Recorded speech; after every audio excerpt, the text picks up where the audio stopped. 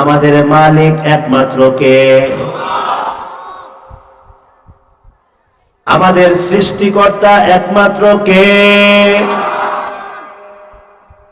আমাদের লালন কর্তা, পালন কর্তা, শাসন কর্তা একমাত্র কে? আল্লাহ। বলেন আল্লাহ, বলেন আল্লাহ। আরো প্রেম নিয়ে বলেন আল্লাহ। খাওয়াই আল্লাহ, পড়াই আল্লাহ, চালাই আল্লাহ। ইজ্জতের মালিক আল্লাহ, বেউজ্জতির মালিক আল্লাহ, হেদায়েতের মালিক আল্লাহ, গুমরাহির মালিক আল্লাহ। আসমান জমিনের মালিক একমাত্র কে? আল্লাহ। ওই আল্লাহ হইল মাবুদ, আর আমরা তার বান্দা। ওই আল্লাহ হলো মাওলা, আর আমরা তার গোলাম। ঠিক না? আমরা কার গোলাম? আমরা আল্লাহর গোলাম। আমরা কোন দলের গোলাম না, আমরা কোন নেতার গোলাম না, আমরা কোন নেত্রীর গোলাম না। যারা নিজেকে দলের গোলাম মনে করেছিল তারা আজকে নাই। কথা বুঝে নাই মনে হয়? আজকে আছে যারা নিজেকে দলের গোলাম মনে করেছে, যারা নিজেকে নেত্রীর গোলাম মনে করেছে, তারা আজকে নাই। আমরা কার গোলাম জোরে কার? আমরা আল্লাহর গোলাম। গোলাম শব্দটা এত মিষ্টি, গোলাম শব্দটা এত মজা। দুনিয়াতে যদি কেউ কারো গোলাম বলে উচ্চারণ করে আমাদের দিলে ধাক্কা লাগে। কেউ যদি বলে যে মুস্তাকিম বিল্লাহ হামিদি অমুকের গোলাম, আমার কলিজায় ধাক্কা লাগে, কলিজার মধ্যে আগুন জ্বলে যায়। কিন্তু কোন মানুষ যদি এই কথা বলে মুস্তাকিম বিল্লাহ হামিদি আল্লাহর গোলাম, আল্লাহর গোলাম। আপনি কার গোলাম? আপনারা কার গোলাম? এই পিছনের তারা বলেন কার গোলাম? আমরা যারা আছি আমরা কার গোলাম? আল্লাহর গোলাম। এই শব্দটা বললে কলিজা ঠান্ডা হয়, কলিজা শীতল হয়। আমরা আল্লাহর গোলাম, আল্লাহ আমাদের মাওলা, আমরা আল্লাহর আশিক, আল্লাহ আমাদের মাশুক। আমরা আল্লাহর আশিক, আল্লাহ আমাদের মাশুক। সুতরাং মাশুকের দায়িত্ব হলো আশিককে সময় মতো পানি খাওয়ানো। মাওলার দায়িত্ব হলো গোলামরে সময় মতো নাস্তা করানো। মাওলার দায়িত্ব হলো গোলামরে দুপুর বেলা খানা, রাতের বেলা খানা রেডি রাখা। এটা মাওলার দায়িত্ব। কেননা উনি আমার মাওলা, উনি আমার খালিক, উনি আমার মালিক, উনি আমার রাজ্জাক, উনি আমার রাজিক। উনি আমারে খানা খাওয়ানো ওনার দায়িত্ব, উনি আমাকে পানি পান করানো ওনার দায়িত্ব। কেননা আমি তার গোলাম। আল্লাহ বলেন তুই গোলাম বিদায় তোরে আমি খানা খাওয়াই। নামাজ পড়স না, এরপরেও তোরে খানা খাওয়াই। কথা বুঝেন নাই মনে হয়? নামাজ পড়স না, এরপরেও তোরে খানা খাওয়াই। তুই আমার কথা মতো চলস না, এরপরেও তোরে আমি নাস্তা করাই। তুই আমার সাথে উল্টামি করস, আমার কোরআনের বিরুদ্ধাচরণ করস, আমার আলেম উলামার হাত পায়ে তোরা ব্যান্ডা বিড়ি লাগাস, আমার আলেম উলামার হাত পায়ে শিকল লাগায়া দেশ, আমার আলেম উলামাগুলাকে জেলখানায় বন্দি করস। এরপরেও তোদেরকে আমি খানা খাওয়াইছি, এরপরেও তোদেরকে আমি সকাল বিকাল নাস্তা করাইছি। কিন্তু এটা কেন করাই রে বান্দা? আমি মাওলা, আমি মাশুক, আমি মাহবুব, আমি মাহবুব, আমি আল্লাহ। এই জন্যে তোরে খানা খাওয়াই।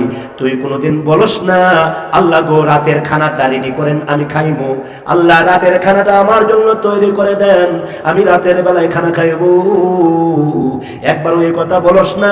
এরপরও রাতের পর রাত তোরে খানা খাওয়াই। তুই রাতের বেলা ওই যে গরুর মতো ঘুমাস, তুই রাতের বেলা গাদার মতো ঘুমাস, ফজরের নামাজ সুইটা যায়, এরপরও তোর খানা বন্ধ করি না, এরপরও তোর নাস্তা বন্ধ করি না। কেন জানোস নি? আমি মাওলা। আমি মাওলা হওয়ার কারণে, তুই গোলাম হওয়ার কারণে তোর নাস্তা বন্ধ করি না। তুই না চাইলেও আমি দেই। তুই আমার কাছে ছেলে চাস নাই, আমি তোরে ছেলে দিছি। তুই আমার কাছে মেয়ে চাস নাই, আমি তোরে মেয়ে দিছি। তুই আমার কাছে ব্যবসার লাভ চাস নাই, এরপরও আমি তোরে ব্যবসার মধ্যে লাভ দিয়েছি। তার একটা মাত্র কারণ, আমি তোর মাওলা, তুই আমার গোলাম। গোলাম হিসাবে তোরে লাভ দিলাম, গোলাম হিসাবে তোরে ছেলে দিলাম, গোলাম হিসাবে তোরে মেয়ে দিলাম, গোলাম হিসাবে তোরে চলাফেরার শক্তি দিলাম। এ বান্দা, দুনিয়াতে যদি তুই কিচ্ছু না চাস, তথাপি আমি তোরে খাবার দেবো, তোরে আমি পান করাইমু, তোরে আমি চলাফেরার শক্তি দেবো। কিন্তু বান্দা, তুই যদি আমার কাছে একটা জিনিস না চাস, আমি আল্লাহ কখনো দিব না। আমার কাছে কিচ্ছু না চাইয়া যদি একটা জিনিস চাস, তাইলে তুই ভাগ্যবান। আর যদি একটা জিনিস না চাস, তাইলে তুই হতভাগা, তুই কপাল পোড়া। তোর কবর হবে জাহান্নামের আগুনের ঘর। হাসরের ময়দানে তোর হাতের মধ্যে আগুনের শিকল লাগায়া তোরে জাহান্নামে নিক্ষেপ করা হবে। ওগো আল্লাহ, জিনিসটা কি? আল্লাহর রাসূল বলেন, আল্লাহ জিনিসটা কি? একটা জিনিস চাইতেই হবে, বিলাহ চাইতেই হবে। আল্লাহ জিনিসটা কি? আল্লাহ বলেন, বন্ধু এই জিনিসটা আদম নবী চাইছে, বন্ধু এই জিনিসটা নূহ নবী চাইছে, বন্ধু এই জিনিসটা ইব্রাহিম নবী চাইছে, বন্ধু এই জিনিসটা মুসা নবী চাইছে। হে বন্ধু, এই জিনিসটা সব নবীরা চাইছে, সব রাসূলরা চাইছে, সব পয়গম্বরেরা চাইছে, সাহাবায়ে কেরাম চাইছে, তাবেঈনরা চাইছে, তাবে তাবেঈনরা চাইছে, আইম্মায়ে মুজতাহিদিনরা একটা জিনিস আল্লাহর কাছে বেশি বেশি চাইছে। তা আউলিয়ায়ে কেরাম, আকাবেরে দেওবন্দের উলামায়ে কেরাম, মুসলমান ইমানদার মুত্তাকিন আল্লাহ ওয়ালারা আল্লাহর কাছে একটা জিনিস বেশি বেশি চাইছে। আল্লাহর রাসূল আল্লাহকে বলেন, আল্লাহ জিনিসটা কি? বলেন। আল্লাহ তাআলা বলেন, জিনিসটার নাম হলো হেদায়েত। জিনিসটার নাম কি? জোরে বলেন, আরেকটু জোরে বলেন না, নাম কি? হেদায়েত। আল্লাহর কাছে হেদায়েত চাইতে হয়, না চাইলে আল্লাহ দেন না। আল্লাহর কাছে হেদায়েত চাইতে হয়, না চাইলে আল্লাহ গুমরা বানায় রাখেন, না চাইলে আল্লাহ পথভ্রষ্ট বানায় রাখেন।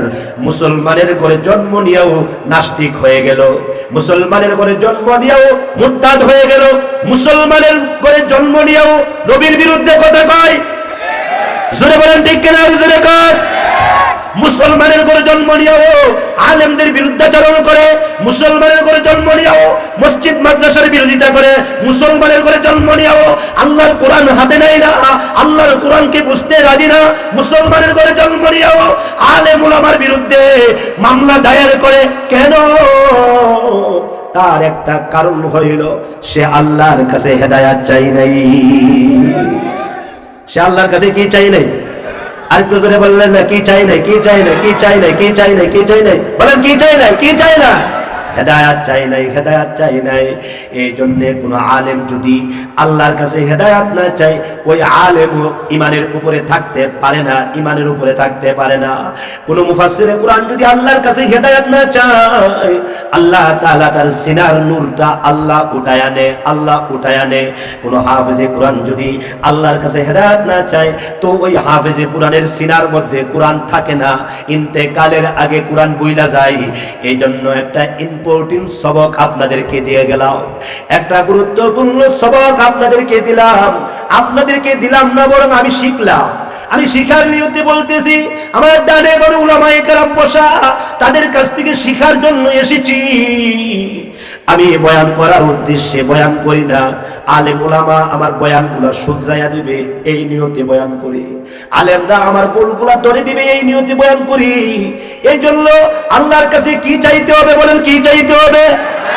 জুড়ে বলেন, কি? হেদায়েত। আল্লাহর কাছে হেদায়েত চাইতে হবে। এই হেদায়েত চাওয়াটা ওয়াজিব। আল্লাহর কাছে হেদায়েত চাওয়াটা ওয়াজিব, চাইতেই হবে। না চাইলে হেদায়েত দিবে না, না চাইলে হেদায়েত দিবে না। আপনি তাকায়া দেখেন, যে সমস্ত নাস্তিকগুলা বাংলার জমিনে সৃষ্টি হয়েছে, নাস্তিকগুলা, এদের মা বাবা তাহাজ্জুদ গুজার, এদের মা বাবা মসজিদের প্রথম কাতারে নামাজ আদায় করত, কিন্তু এদের বাচ্চাগুলা নাস্তিক হয়ে গেছে গা। তার কারণ কি জানেননি? এদের মা বাবা নিজের হেদায়েতের জন্য দোয়া করেছে, বাচ্চা কাচ্চার হেদায়েতের জন্য দোয়া করে নেই। এই জন্য আল্লাহর দরবারে হাত তুলে বলতে হবে, আল্লাহ গো, তুমি আমাকে হেদায়াত দাও।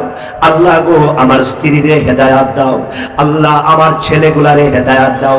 আমিন বলবেন না? আমিন বলবেন না? আল্লাহুম্মা আমিন বলবেন না? আল্লাহুম্মা আমিন।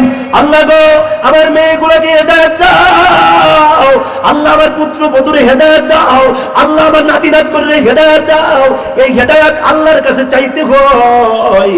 আবু জেহেল নবীর চাচা হয়েও আল্লাহর কাছে হেদায়াত চান নাই, এই জন্য নবীর চাচাকে আল্লাহ হেদায়াত দেন নাই, আল্লাহ হেদায়াত দেন নাই। আবু তালেব নবীর খেদমত করেছে, আবু তালেব নবীর খেদমত করেছে। আল্লাহু আকবার, জোরে বলেন আল্লাহু আকবার।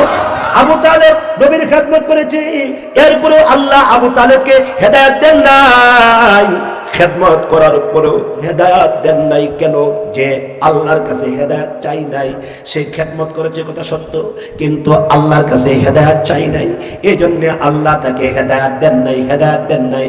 কিন্তু আমির হামজা রাদিয়াল্লাহু তাআলা আনহু আল্লাহর কাছে এমন ভাবে হেদায়েত চেয়েছেন, আল্লাহর নবী রাহমাতুল লিল আলামিনের মাথার মধ্যে এমন জোরে আঘাত করেছেন, এমন জোরে আঘাত করেছেন, নবীজির মাথাটা ফেটে গেল। আল্লাহর নবীর মাথা ফেটে ফিনকি দিয়া রক্তগুলো আকাশের দিকে উড়া শুরু হয়ে গেল। আল্লাহর নবী কান্না শুরু করে দিলেন, নবীজি কাঁদতেছেন আর এই মাথা ফাটার মতো অবস্থায় নিজের বাড়ির দিকে যাইতেছেন, নিজের বাড়ির দিকে যাইতেছেন। চাচার বাড়ির সামনে দিয়ে যায়, চাচা আমির হামজার বাড়ির সামনে দিয়ে যায়, আমির হামজার বাড়ির সামনে দিয়ে যায়। আমির হামজা রাদিয়াল্লাহু আনহুর স্ত্রী ওই উঠানের কোণার মধ্যে দাঁড়া দেখতেছি আল্লাহর নবী রাহমাতুল লিল আলামিন রক্তে লাল হয়ে গেছে। নবীজির চেহারা মোবারক রক্ত মোবারক দিয়ে লাল হয়ে গেছে গা। আমির হামজার স্ত্রী ডাক দিয়া কয়, বাতিজা মুহাম্মদ, ও বাতিজা মুহাম্মদ, তোমার এমন কে করলো? তোমার মাথা ফাটায় ফেললো? বাতিজা মুহাম্মদ চেহারা রক্ত লাল হয়ে গেছে। আহারে, কার মন চাইলো, কার মন চাইলো এমন একটা আন্তর্জাতিক এতিমের উপরে আঘাত করা, এমন একটা আন্তর্জাতিক এতিমের উপরে আঘাত করতে কার মন চাইলো? ইন্না লিল্লাহ। আহারে মুহাম্মদ আসো আমার বাড়িতে আসো, মুহাম্মদ আমার বাড়িতে আসো, মুহাম্মদ আমার বাড়িতে আসো।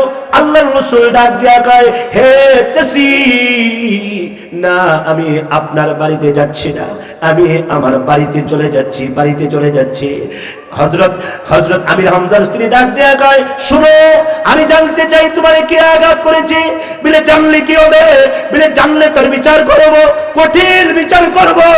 তুমি কি জানো না তোমার চাচা একজন লিডার, তোমার চাচা একজন নেতা, তোমার চাচার কথা মক্কাতুল মুকাররমার মানুষ মানে, তোমার চাচাকে এই মক্কা নগরীর মানুষ সম্মান করে। বলো বলো, কে তোমাকে মারলো? কঠিন বিচার করা হবে।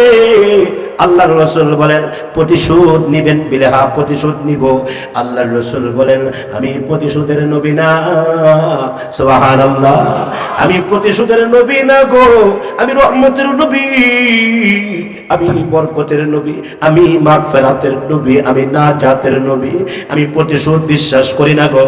ওগো চাচি, আম্মা, আমি প্রতিশোধ চাই না, আমি প্রতিশোধ চাই না। বলে তুমি কি চাও? আমি হামজার স্ত্রী ডাক দিয়া কই, তুমি কি চাও?